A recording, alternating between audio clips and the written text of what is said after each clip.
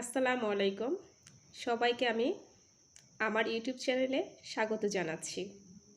যে যেখান থেকে আমার ইউটিউব চ্যানেলে ভিডিওটা দেখছেন সবাইকে আমি আন্তরিকভাবে শুভেচ্ছা জানাই। আর যারা সাবস্ক্রাইব করেছেন তাদেরকে আমি অভিনন্দন জানাই। আপনাদের সাপোর্টে আমি এত দূরে এসেছি, আরও দূরে যেতে চাই। এই যে দেখুন, আজকে আমার রেসিপিটা স্টিক নুডলস।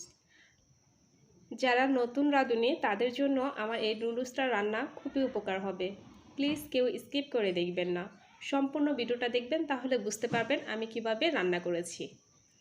আর এটা আমি খুব কাছ থেকে দেখাচ্ছি, এটা কেমন হয়েছে দেখুন।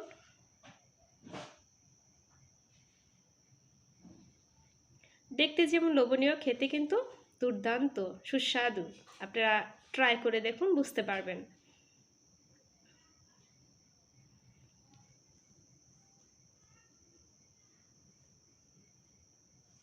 সম্পূর্ণ ভিডিওটা দেখার জন্য অনুরোধ রইল। তো ভিডিওটা দেখতে থাকুন। স্টিক নুডলস তৈরি করার জন্য দেখেন আমি স্টিক নুডলস নিয়েছি, এখানে 2টা নুডলসের মশলা নিয়েছি। এই সাইডে নিয়েছি টমেটো, ফুলকপি 2টা ফুল নিয়েছি, গাজর একটা নিয়েছি, আলু একটা নিয়েছি, পেঁয়াজ 3টা নিয়েছি, কাঁচামরিচ 7টা নিয়েছি, ধনেপাতা 2টা ডিম নিয়েছি, লবণ পরিমাণ মতো, সাথে এখানে হট টমেটো সস এবং সয়া সস। এখানে আমি নুডলসটা সিদ্ধ করার জন্য অল্প পরিমাণ তেল দিয়েছি, সয়াবিন তেল, যাতে করে একটার সাথে একটা নুডলসটা না লেগে যায়। এই পর্যায়ে অল্প পরিমাণ লবণ দেব পানির মধ্যে, অল্প পরিমাণ হলুদ দিব। এই যে দেখুন দিয়ে দিয়েছি। এখন আমি নুডলসগুলো দিয়ে দেব। এই যে দেখুন আমি সিদ্ধ দিয়ে দিয়েছি। এই পর্যায়ে 5 মিনিটের জন্য আমি এটা ঢেকে রাখবো।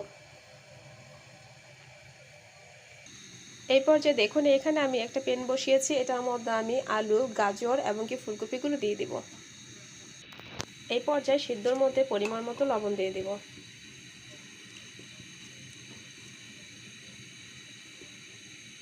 চাইলে কেউ এখানে হলুদ দিতে পারবেন, না হলে স্কিপ করে যাবেন, ঠিক আছে। আমি কিন্তু স্কিপ করে গেলাম। এটা আমি 5 মিনিটের জন্য আবার ঢেকে রাখবো।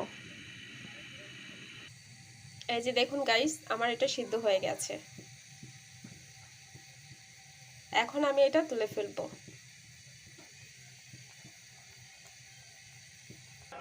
এই যে দেখুন আমি এটা ছেঁকে নিয়েছি, গরম পানিতে ফেলে তারপর আমি ঠান্ডা পানিতে ধুয়ে নিয়েছি। সবজিগুলো সিদ্ধ হয়ে গেছে, এখন আমি এগুলো ছেঁকে নেব।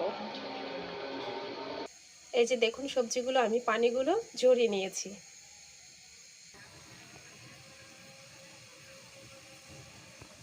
এই যে আমি তেল দিয়েছি, এখন আমি কাঁচামরিচ আর পেঁয়াজটা দিয়ে দিব।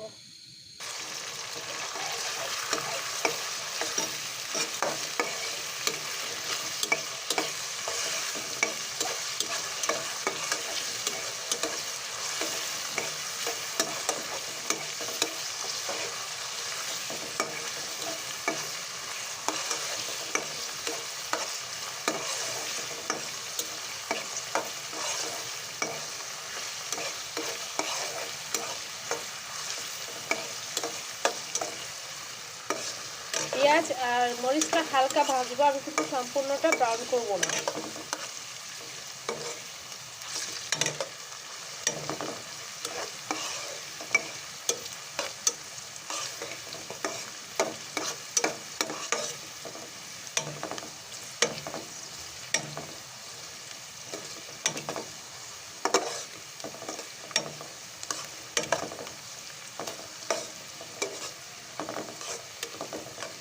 এই পর্যায়ে আমি এখন টমেটোটা দিয়ে দেব। এই যে আমি টমেটো দিয়ে দিয়েছি, টমেটোটা আমি ভেজে নিচ্ছি।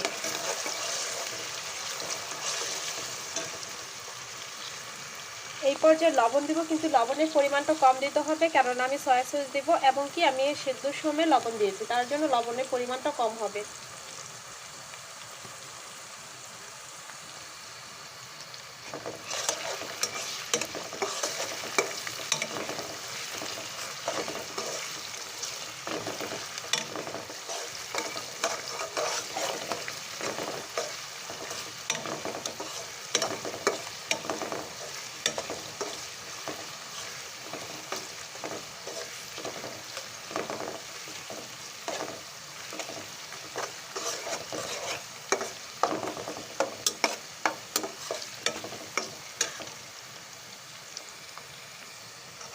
এই যে দেখুন আমি আর ভাজবো না, এখন আমি সবজিগুলো দিয়ে দিব, সিদ্ধ করা সবজিটা দিয়ে দিচ্ছি।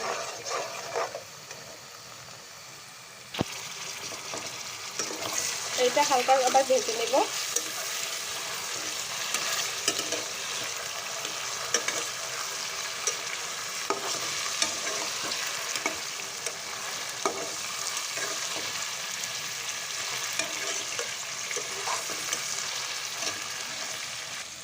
এই পর্যায়ে আমি সবজিগুলো এক সাইড করে রেখেছি আর তেলগুলো ওই সাইডে রেখেছি। এখন ডিম দুটো ওখানে ভেঙে দিব। দেখুন ওই সাইডে আমি ডিম দুটো দিয়েছি, এখন আমি ভেঙে দিচ্ছি।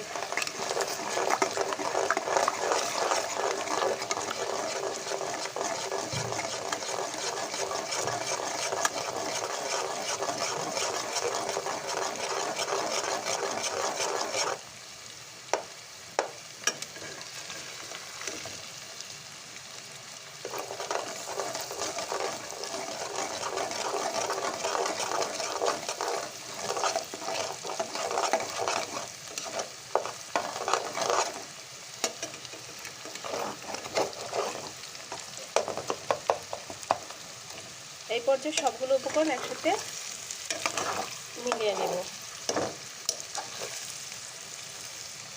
সবগুলো সবজি একসাথে আর ডিম ভালো করে মিলিয়ে নিয়েছি। এখন আমি নুডলসটা দিয়ে দিব। এই পর্যায়ে নুডলসগুলো সবজির সাথে ভালো করে মেখে নেব। এখন আমি টমেটো সস আর সয়া সস দিয়ে দিচ্ছি। 2 চামচ সয়া সস দিয়ে দিচ্ছি। টমেটো সস দেব 2 চামচ। টমেটো সস দিয়ে দিচ্ছি 2 চামচ। এই পর্যায়ে আবার ভালো করে উপকরণগুলো মিশিয়ে নেব। এই পর্যায়ে আমি মশলাটা দিয়ে দিচ্ছি।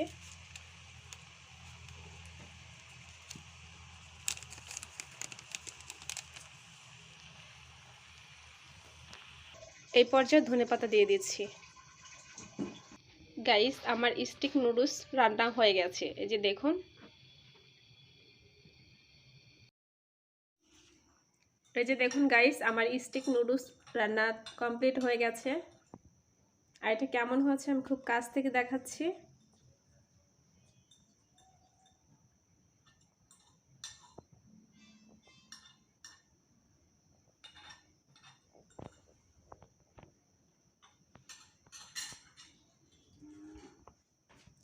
যদি আমার ভিডিওটা ভালো লেগে থাকে তবে লাইক কমেন্ট শেয়ার করবেন আর সাবস্ক্রাইব করতে একদম ভুলবেন না।